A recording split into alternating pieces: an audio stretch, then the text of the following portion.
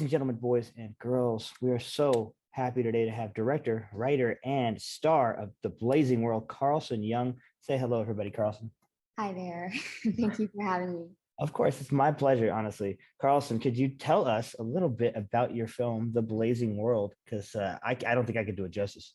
Oh, thank you. Yeah, it's a psychological horror fantasy, and it deals with depression and grief and what that looks like in terms of reframing your earliest childhood trauma through the eyes of the inner child and using a lot of classic fantasy. So, I um, yeah, I think that's a good description of the film. Now, there's a lot of imagery, and it's all beautifully shot. I have to commend you on that. thank you. What went into the style of the film? Because it's very stylistic. Sure. Well, I pulled inspiration, really from all over the place as I prepared to shoot this, and we didn't expect to be shooting it during the pandemic and having limited crew members, and there was a lot that I wanted to do practically that we just didn't have the time or the budget for, but it was still an incredible experience working and conceptualizing each visual identity that is kind of a there's chapters in the film of different influences and styles, and so for me it was sort of just making this delicious soup of what excites me creatively and then filtering it through my lens and working and carving out my own DNA and weaving in a lot of mythology that inspires me a lot. So, each character and each color, each set piece, and really each word has a really specific meaning as it pertains to the character Margaret and her journey.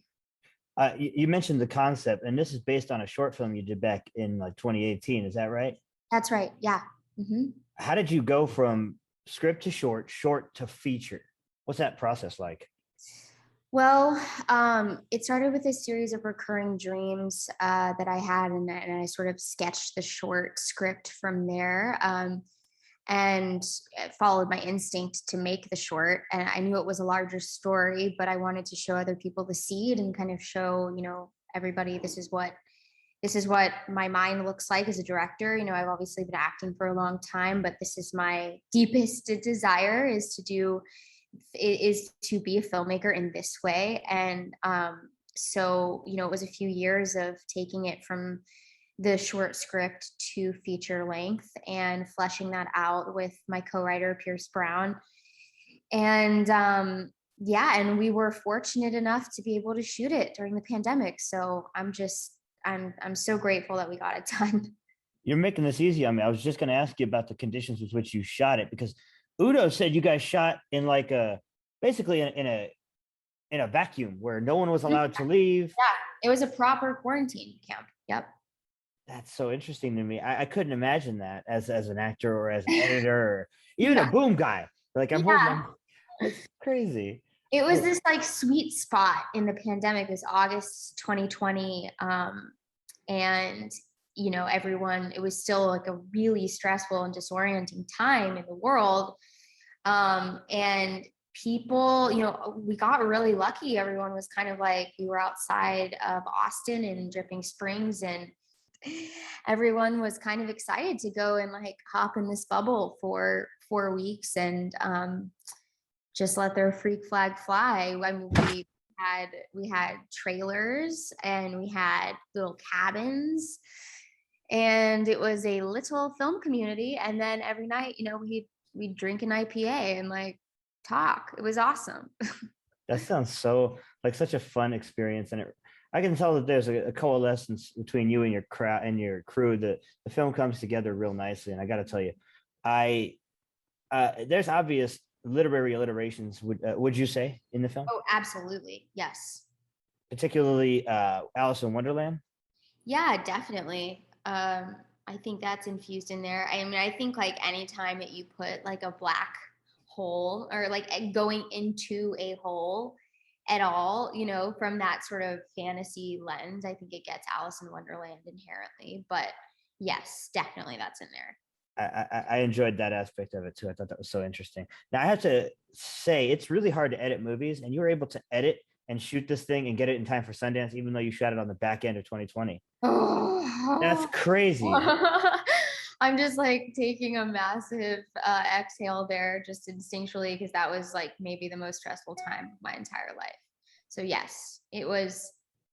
I didn't sleep for what felt like 8 weeks. My husband did the score, and we just sat there. And we didn't go home till we got it done. We just didn't stop until it was done. I got to tell you, your husband might be a mad scientist. That score is haunting and Oh, right. beautiful, beautiful. I agree. He is a mad scientist and he's extremely, extremely talented. And I was so excited to see him flex these film score muscles because usually he's just, he's producing, he's sort of alt rock and it's an incredible space for him. But I knew that he would just annihilate a film score. So yeah. I think that might be what it is. I would listen to the kind of stuff your husband would make. That's probably Yeah. what it is. I got to tell you, we talked about your movie. Let's talk about you a little bit. I got 2 questions for you, and they're the 2 questions we ask every guest, and we always get such unique answers, which is why I keep asking them this. First question I wanted to ask you is, who do you look for as inspiration in this wild business that you're in? Gosh, that's a really good question.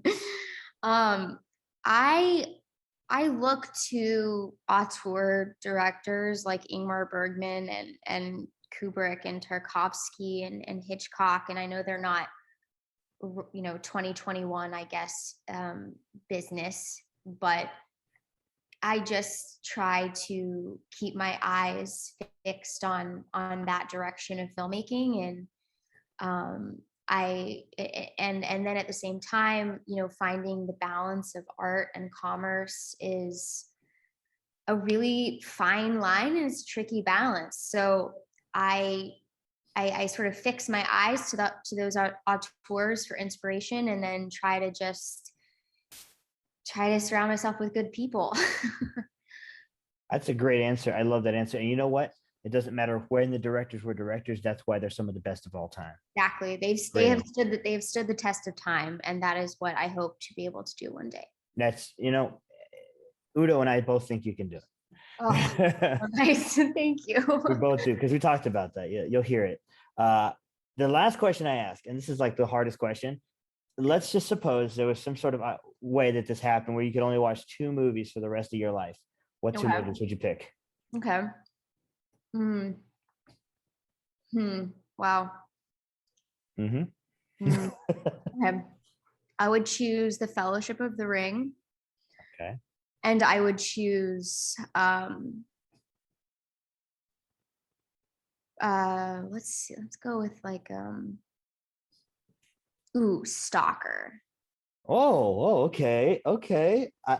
You know what? Because you chose Lord of the Rings, I'm gonna give you all 3 movies. Okay. I love it. I'll give you all 3 movies. That other one though, the Stalker film, Tarkovsky, good choice. Yeah, I know. I think that you get this like insane sci-fi auteur inspiration for till the end of time, and then you get The Fellowship of the Ring, which to me, like, I mean, I did see it at a very young, impressionable age, but I'm just such a Lord of the Rings freak that I just can't imagine a world in which I never see that again. So listen, you picked some really long movies because the Lord of the Rings are each like 2 hours long, and Stalker's almost 3 hours long. So you picked some great choices there. Yeah, I know. Look, I've got a lot of minutes to go on. Yeah. You do. Yeah, you got a lot of minutes going on there. Now, I wanted to leave this with you. Is there anything that you wanted to say to the audience about your movie, The Blazing World, before we leave today? Well, let's see.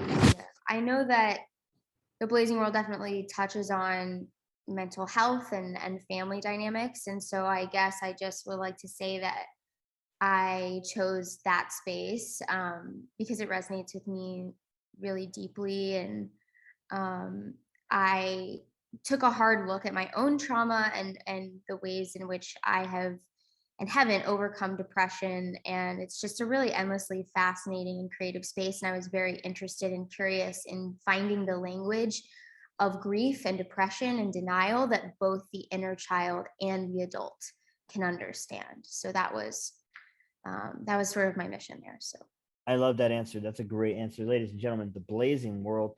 It is going to be out soon. It comes out here toward the end of the month, if I'm correct, right? that's right. Yes, October 15th. That's right. All right. So you guys can check it out when it comes out on October 15th. It is a trip, and it's a trip you should be taking. Book your tickets now for that flight. It's been a pleasure talking to the director, writer, and star of this movie, Carlson Young. Thank you so much for your time, Carlson. Thank We really you. appreciate you. Thank you. Bye-bye. Bye.